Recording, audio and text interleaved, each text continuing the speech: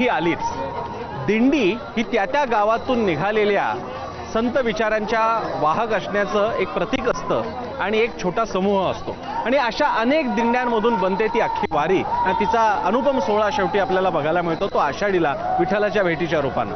अशाच एका दिंडीमध्ये एबीपी माझाची आमची ही टीम सामील झाली. आम्ही त्यांच्याशी संवाद साधला आणि या वारीतल्या वारकऱ्यांशी संवाद साधताना दिंडी काय असते, दिंडीचं महत्त्व काय आहे ते सुद्धा आम्ही जाणून घेतलं. पाहूया.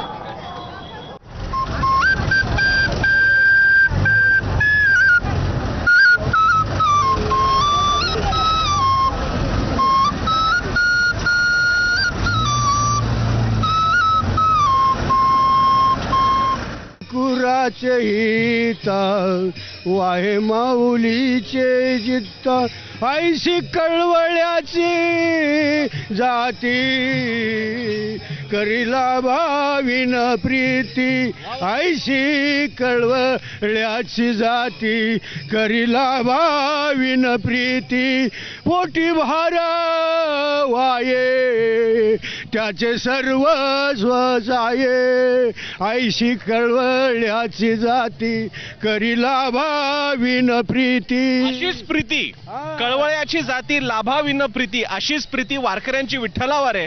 विठ्ठलाकडे कोणी नवस मागत नाही, विठ्ठलाकडे लोक प्रेम द्यायला जातात आणि विठ्ठलाकडून प्रेम घेतात. एवढा सगळा प्रवास करतायत, हे रायगडवरनं आले, तुम्ही देऊच आहेत, बाकीची पण मंडळी आहेत. ही सगळी ऊर्जा येते कुठून पण जमतं? नामस्मरणातून ऊर्जा येते.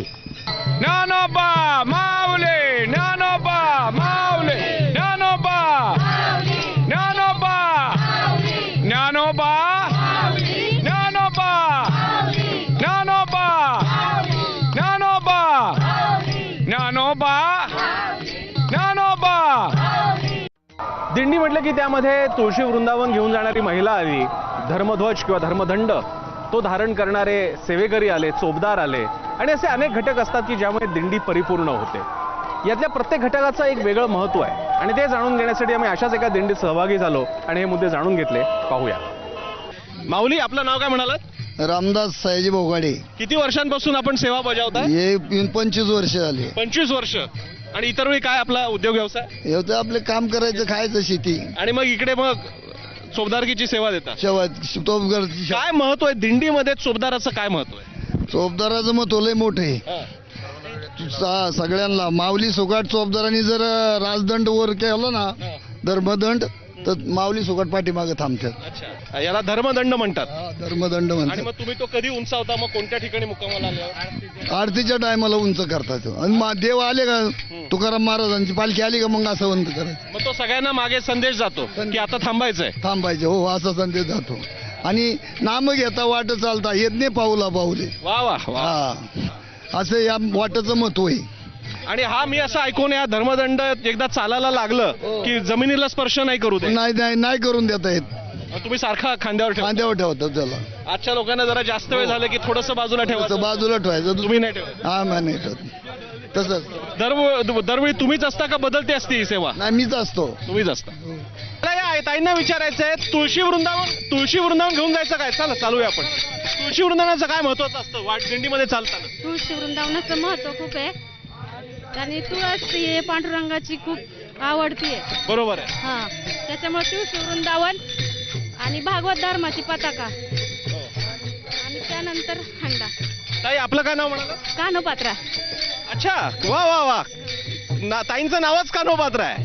पण ताई, आता तुम्ही एवढं छान तुळस घेऊन चाललेला आहात, आता सलग ह्या आजचा मुक्कामभर तुम्हीच घेणार तुळस डोक्यावर?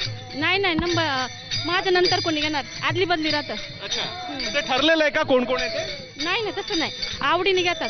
वा वा वा. टाळकरी सुद्धा आहेत. भाऊ, नाव काय? किशोर आत्माराम चौधरी. तुमच्याकडे आज काय याची टाळाची सेवा तुमच्याकडे आहे? हो, टाळाची सेवा आमच्याकडे. आता कधी कुठून निघाला ही सगळी पालदिंडी? मी आकुर्डीहून आलोले. अच्छा, सगळे वेगवेगळ्या ठिकाणावर आले? सगळे वेगवेगळ्या किती ठिकाणी. जणांची आहे दिंडी? 250-300 लोक आहेत. 250-300. आणि मृदुंगावर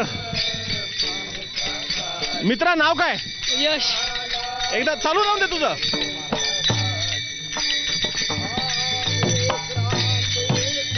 कुठे शिकला यश? परतडे सर. कोणाकडे? गणेश महाराज वागले. किती वर्षापासून येतोय दिंडीमध्ये? 4. तुला पण तू सगळ्या अभंगाला आरत्यांना सगळ्यांना मदत हे करतो. हो. कुणी टाळकरी आहे, कुणी मृदुंगावर आहे. आता हा यश आहे, हा काय असेल एक 15 वर्षाचा मुलगा असेल, तिकडे त्या साठी पार केलेल्या आजी आहेत आणि कोणीतरी असे तरुण सुद्धा आहेत. जन्मोजन्मी आम्ही बहुपुण्य केले तेव्हा या विठ्ठले कृपा केली. वा वा. जन्मोनी संसारी झालो त्यांचा दास. माझा तो विश्वास पांडुरंगी. माझा जो विश्वास पांडुरंगी. भ्रमर सुखाशी मधावरी माशी वा वा. तैसे या देवाशी माझे मन. आहा. नामा म्हणे मज पंढरीशी न्यारे हा. हडसोनी ध्यारे विठोबाशी. किती सुंदर आहे हे. या प्रत्येक अभंगामध्ये सामावलेलं ज्ञान, अनुभव आणि अनुभूती काय, म्हणजे ज्या अभंगांच्या वरती भाष्य करण्याच्या ऐवजी त्याचा अनुभव घ्यावा, ते अभंग हे जगत असतात.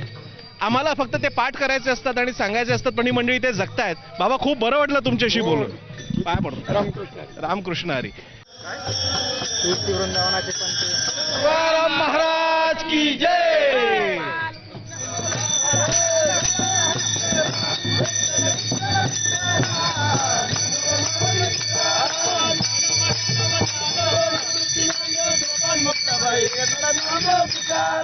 वारी, वारकरी आणि भागवत संप्रदाय हा केवळ अध्यात्माच्या विषयाला वाहिलेले आणि सामान्यांपासून काही संबंध नसलेले असे लोक नसतात.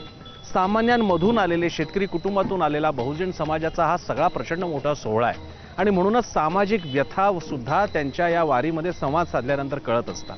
उदाहरणार्थ एका वारीमध्ये जेव्हा आम्ही सामील झालो, एका दिंडीमध्ये जेव्हा सामील झालो, त्या दिंडीनं आपल्या झेंड्यावरच शेतकऱ्याला हमीभाव मिळाला पाहिजे होता अशी घोषणाच लिहिली होती. शेतकऱ्यांचे एकेकाळचे नेते असलेल्या शरद जोशींच्या तत्वांवरती, विचारांवरती निष्ठा ठेवणाऱ्या त्या दिंडीतल्या लोकांनी शेतकऱ्यांना हमीभाव द्या, मग आम्हाला कर्जमाफी नको, आम्हाला सूट नको, सवलती नको अशी भूमिका मांडली. एक वेगळा सामाजिक मुद्दा अधोरेखित करणारा, शेतकऱ्यांचा मुद्दा अधोरेखित करणाऱ्या या दिंडीतल्या दिंडीकऱ्यांचं काय म्हणणं आहे जाणून घेऊया.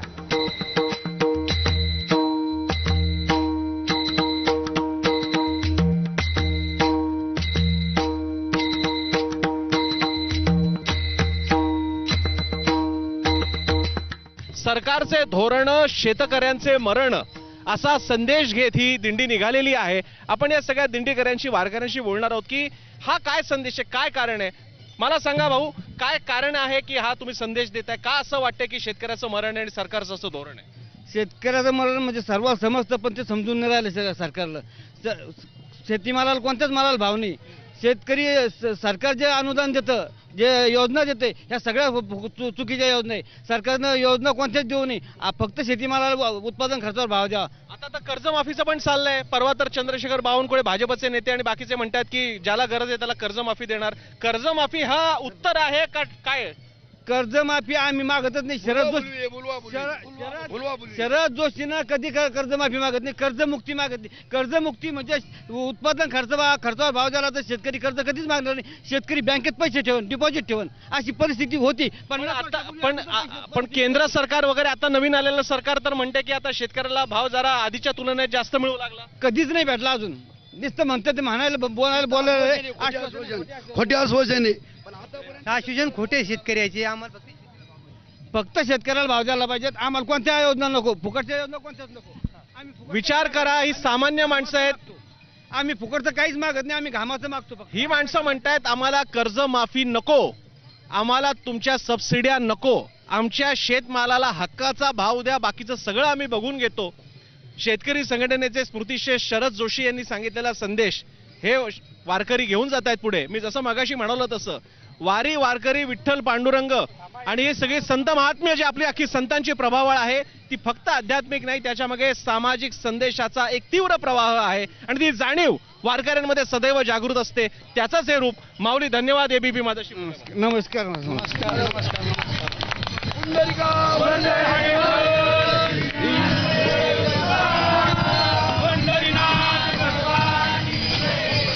तुकोबांच्या या सगळ्या वारीमध्ये त्यांच्यासोबत चालत असताना, दिंड्यांबरोबर चालत असताना इंदापूरला आल्यानंतर सगळ्यात मोठं आकर्षण असतं ते अश्व रिंगणाचं. आणि त्याचप्रमाणे बाकीची सुद्धा रिंगणं तिथे होतात. सेवेकरी असतात, पोलिसांचं रिंगण होतं, टाळकऱ्यांचं, मृदुंगधाऱ्यांचं रिंगण होतं. आणि या सगळ्यांच्या स्वागतासाठी हे रिंगण ज्या मैदानावर होतं त्या शाळेच्या विद्यार्थ्यांकडून त्यांचं स्वागत होतं. आणि यावेळी हे विद्यार्थी इतक्या गोंडस आणि गोजिऱ्या स्वरूपात सगळे तिकडे सादर झाले होते. त्याचं कारण कुणी विठोबा साकारला होता, कुणी रुक्मिणीच्या वेशामध्ये होतं, कुणी टाळ मृदुंग विणेधारी सुद्धा होते आणि सगळे ही लहान मुलं हे सगळे बाळगोपाळ जमले होते. ही सगळे मोठी मंडळी येणार आहेत, आपल्या तुकोबांच्या पादुकांना घेऊन येणार आहात, त्यांचं आपल्याला स्वागत करायचं आहे ही भावना त्यांच्या मनात होती. त्यांच्याशी आम्ही संवाद साधला, पाहूया.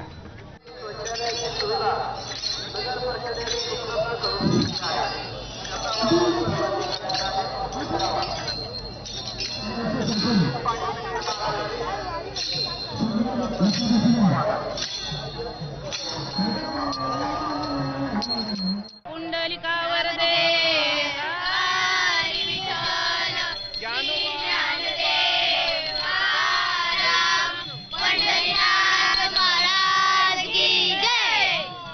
पंढरीनाथ महाराज की जय. काय बालगोपाळांचा मेळा आहे, सगळे का जमलेले तिकडे आणि विठोबा रखुमाई पण आहेत आपल्यासोबत, त्यांचं सुद्धा दर्शन घेऊया. नमस्कार, माझे नाव आहे आनंदी प्रशांत कुचेकर आणि मी सौ कस्तुरबाई श्रीपती कदम विद्यालय या शाळेत शिकत आहे. तर आज पालखी निमित्ताने आम्ही हे सगळे जमलेलो आहोत. आणि या ताईच्या डोक्यावर तुळस पण आहे. ताई, कसं वाटतंय? खूप छान वारीचा आनंद घेत आहोत आम्ही सगळे. आणि इकडे आता सगळे स्वागत करणार आहेत. नमस्ते, मी सौ अभंग अश्विनी या विद्यालयात शिक्षिका आहे. अतिशय प्रसन्न असं वातावरण आहे. शाळेमध्ये विद्यार्थ्यांना शिकवताना केवळ पाठ्यपुस्तक न शिकवता आपला जो सांस्कृतिक वारसा आहे हा देखील विद्यार्थ्यांना शिकवला गेला पाहिजे.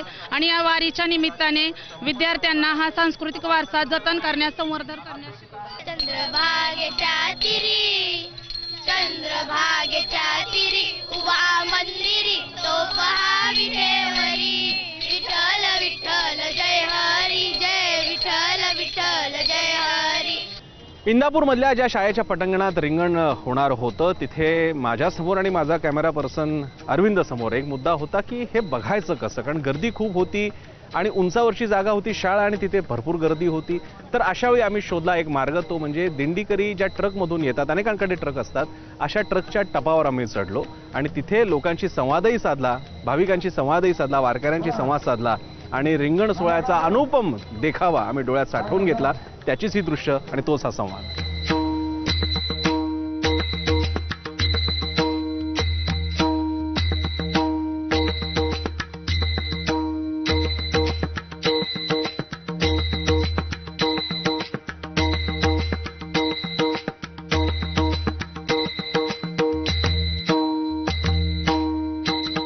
तुम्ही जी दृश्य पाहताय ती संत श्रेष्ठ तुकाराम महाराजांच्या पालखी सोहळ्यामधला जो अतिशय महत्वाचा टप्पा असतो इंदापूरमधल्या गोल रिंगणाचा, तो टप्पा पाहताय. आता आपले सगळे वारकरी महानुभाव सगळे आपल्या भागवत धर्माची भगवी पताका घेऊन गोल रिंगण प्रदक्षिणा करतायत आणि त्यानंतर थोड्याच वेळात मानाचे अश्व सुद्धा इथून दौडतील. जे दृश्य बघण्यासाठी हजारो लाखो लोक जमलेले असतात ते दृश्य साकार होताना बघायला मिळते. इंदापूरमधल्या या शाळेच्या पटांगणात हा मानाचा अश्व दौड घेतो आणि सगळ्यांच्या डोळ्याचं पारणं फिटतं, आनंद अश्रू डोळ्यात जमा होतात आणि सगळ्यांच्या तोंडून एकमुखानं गजर होतो, ज्ञानोबा माऊली तुकाराम.